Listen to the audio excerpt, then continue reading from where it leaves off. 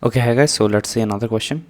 So in this we have, let's say we have to calculate the weight of H2SO4 formed from FeS2 according to the given series of reaction. So you have to calculate weight of H2SO4 formed from FeS2 according to given series of reaction. Okay, so we have FeS2 plus oxygen gives FeO plus SO2. So let's balance it, 5 by 2 here and 2 here. So again we have SO2 reacting with oxygen to form SO3. So this is half mole. Then again we have SO3 plus H2O giving H2SO4. Okay, so if 12 gram of FeS2 is taken in the reaction, what would be the weight of H2SO4 formed? Okay, so 12 gram of FeS2 is taken in the reaction. Okay, so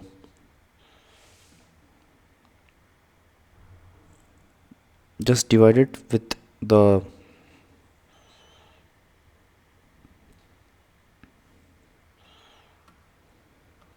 so here what will we do?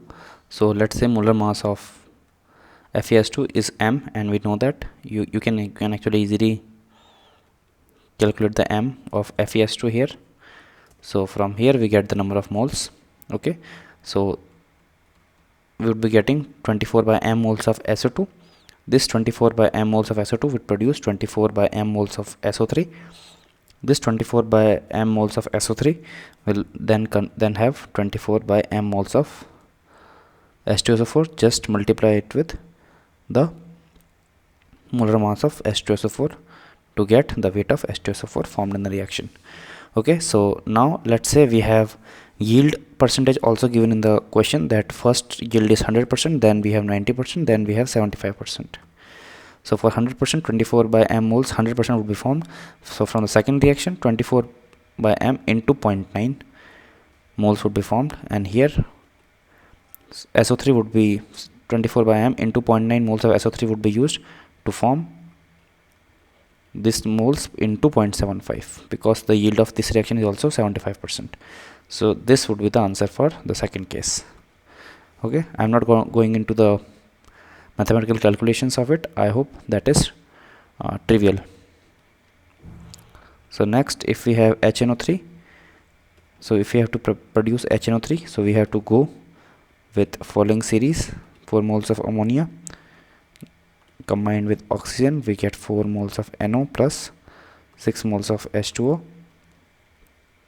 Then we have 2 moles of NO combined with oxygen to form 2 moles of NO2, and then 3 moles of NO to form combined with H2O to get 2 moles of HNO3 plus NO.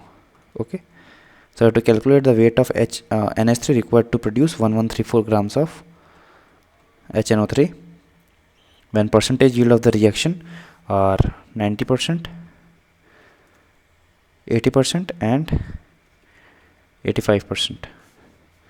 Okay, so let's say the weight of HNO3 would be, you can easily have the weight of HNO3 as 48 plus 1. This is oxygen, this is hydrogen. Nitrogen would be 7, or rather 14, not 7. Yeah, so it would be 48 plus 15, it is 63. Okay, so just divide 1134 by 63, it would give you 18. Okay, so how many moles of NO2 would be used to produce 18 moles of HNO3? So 3 moles of NO2 would form 2 moles of HNO3 at 100% efficiency. Okay, so 3/2 moles of NO2 would be produced from 1 mole of HNO3, and 18 mole of HNO3 would be formed from, which is 27 mole of NO2 at 100% efficiency. Okay, so at 100% efficiency,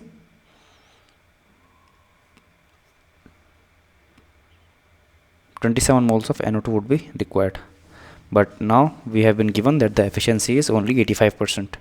Okay, so moles required would be 27 upon 0.85. okay, these many moles of NO2 are required. Similarly, in the above reaction, we have 27 upon 0.85 moles of NO2 that would form from, again, 27 by 0.85 again divided by 0.8 moles of NO would be required. Okay, and here we again have 1.1 divided by 0.8 into 0.85 into 27. Okay, so how many moles of NH3 would be required? 27 divided by, because the stoichiometric coefficients are same, hence 0.8, 0.85, and the yield of this reaction is 0.9. so these many moles of NH3 would be required. So weight can be calculated by multiplying it with 17. Okay, so answer would be final 17 into 27 above upon 0.8, 0.85 and 0.9. this would be the answer in grams. Okay, so with this we come to an end of this lecture. In the next lecture we'll be seeing POAC method, okay, which is also called principle of atom conservation. So we'll meet in the next lecture.